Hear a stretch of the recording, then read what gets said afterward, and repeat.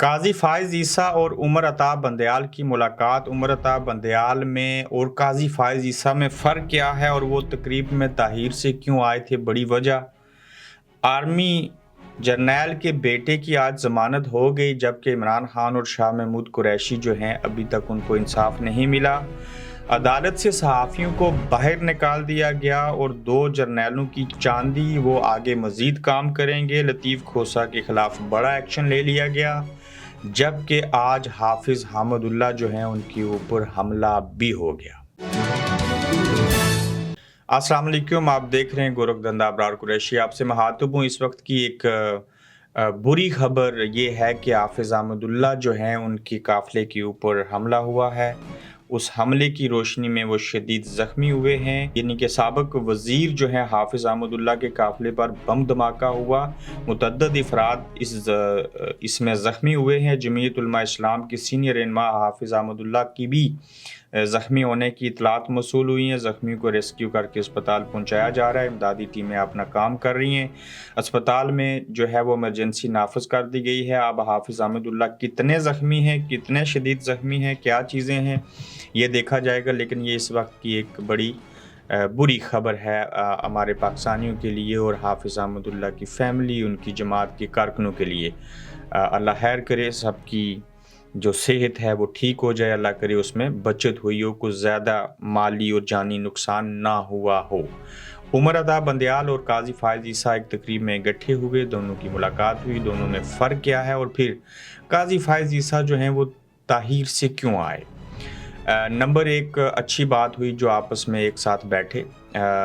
अलविदाई तकरीब थी उमर अता बंदयाल साहब की, और ताहीर से आने की वजह यह है कि एक बिज़नेसमैन ने उनको अलविदाई तकरीब का इनेकाद किया था, चीफ जस्टिस जो हैं उनका। और कल काजी फ़ाइज़ ईसा जो थे वो उस तकरीब में ताहीर से इसलिए आए, उसमें उनकी अच्छी नीयत ये थी कि ये जिस शख्स ने तकरीब रखी है, ये जब तकरीर कर रहा होगा, मैं आने वाले चंद दिनों के बाद chief justice Pakistan supreme court होऊंगा, तो लिहाजा ताख़ीर से इसलिए आए कि उसकी भी तकरीर हो जाए, सारी चीज़ें हो जाए, मैं बस थोड़ी देर के लिए जाऊं, कहीं ऐसे ना हो कि आज इसकी तकरीब में मेहमान बना हूं जिससे मैंने खाना खाना है, कल इसका कोई केस मेरे सामने आए तो वहाँ पर मेरा सर कहीं झुक ना जाए। उमर अता बंदयाल में और काजी फ़ाइज़ ईसा में ये एक बड़ा वाज़ेह फ़र्क है। और आप देखिए कि किस तरह से जो प्रोफेशनल लोग होते हैं, जैसे हम काजी फ़ाइज़ ईसा के बारे में कहते रहे कि ये मिसिंग पर्सनस की बात करते रहे कि हमें पाकिस्तान के अंदर इनके बड़ों का जो है वो किरदार है, ये बड़े सख्त आदमी हैं, ये किसी की नहीं सुनते। फिर कहूँगा अगर इमरान खान को सज़ा देनी हुई, अगर वो मुजरिम हुए तो सज़ा देंगे। नवाज शरीफ साहब के साथ ज़्यादती हुई है, उनको अगर बहाल करना होगा तो करेंगे, लेकिन आउट ऑफ द वे जाके किसी को कोई फेवर और किसी को कोई सज़ा नहीं देंगे।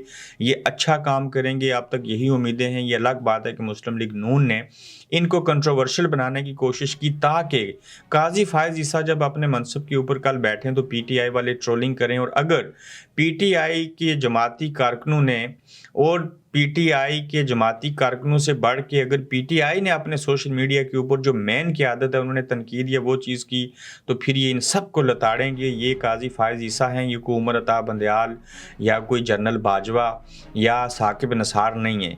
ये एक एक चीज़ को देखेंगे और बलोची हैं, और ये बलोची किसी से नहीं डरते। उसकी वाज़ेह मिसाल आप देख लीजिएगा कि लतीफ़ खोसा साहब को पार्टी ने शो काज नोटिस दिया है, आपने हमारी पॉलिसीज़ के ख़िलाफ़ काम किया है।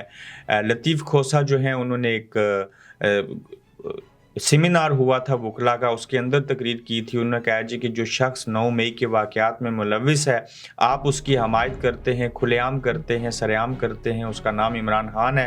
लिहाजा पाकिस्तान पीपल्स पार्टी की ये पॉलिसी नहीं है। और लतीफ़ खोसा साहब को एक तरह से मेंबर सीसी जो भी एग्जीक्यूटिव कमेटी होते हैं उससे एक तरह से फ़ारिग किया गया है, अब वो उसका हिस्सा नहीं बन सकेंगे। पहले वो कौन सा उसमें जाते थे।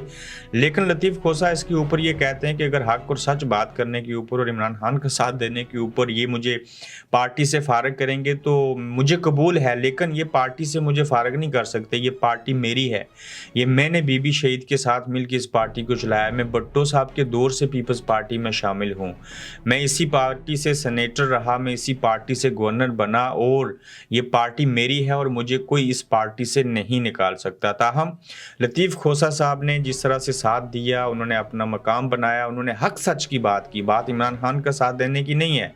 انہوں نے عمران خان کے حق میں یا حق اور سچ کی بات کر کے جو چیزیں کی ہیں، وہ وکیل بھی ہیں، وہ انسان بھی ہیں، مسلمان بھی ہیں، اور اوپر سے سیاسی ورکر بھی ہیں، پیپلز پارٹی سے بھی ان کا تعلق ہے، مگر 5 سابق وزرائے اعظموں کے انہوں نے کیس لڑے ہیں، اب عمران خان کا کیس لڑ رہے ہیں، اور اگر اس میں حق سچ کی بات کرتے ہیں تو اس میں پیپلز پارٹی کو تکلیف کیوں؟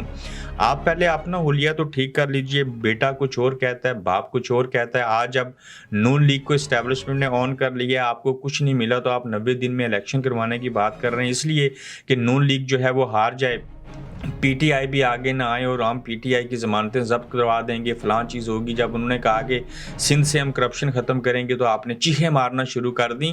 تو یہ پیپلز پارٹی کا دوہرا معیار، حالانکہ پاکستان کے اندر سب سے بہترین جماعت، اور اس جماعت کے پاس سب سے میچور قسم کے کارکن ہیں، نہ کسی کو گالیاں دیتے ہیں، اکثریت میں، سارے تو نہیں ہیں، لیکن ان سے بات چیت بھی کریں تو پتہ چلتا ہے سلجھے ہوئے لوگ ہیں، مگر پیپلز پارٹی کی قیادت جب سے دنیا سے چلی گئی، اور یہ جو موجودہ قیادت ہے اس کو اپنی ہوش نہیں ہے کہ ہم نے کب کیا بات کرنی ہے، کیسے کیا بات کرنی ہے، کس کو کیا کہنا ہے، تو ان کو اپنے بیچاروں کو اقتدار کے لالے پڑے ہیں۔ اب دیکھیے کہ عدالت سے جو صحافی تھے ان کو باہر نکال دیا گیا اور کہا گیا جی کہ ہم اب ان کیمرہ جو ہے وہ بحث ہوگی، ساری چیزیں ہوں گی۔ ایک آرمی جرنیل کا بیٹا، کل بھی میں نے اس کے اوپر بات کی تھی اور آج وہ پریکٹیکل کام ہو گیا، اسد عمر صاحب کو ضمانت مل گئی۔ شاہ محمود قریشی اور عمران خان کی جب بحث کی اور چیزوں کی بات آئی تو اس وقت ان کیمرہ اجلاس کریں گے، اور سماعت کریں گے، اور صحافیوں کو آپ نے وہاں سے باہر نکال دیا۔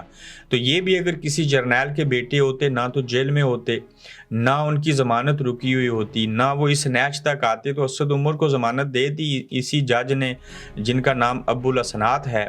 اور اب دوسروں کی جو ضمانت ہے وہ سب سے پہلے سب کو پتہ ہے کہ وہ ضمانت نہیں ہوگی جب تک ان کو آرڈر نہیں ملے گا، چونکہ وہ اپنی مرضی سے تو کوئی کام کر نہیں سکتے۔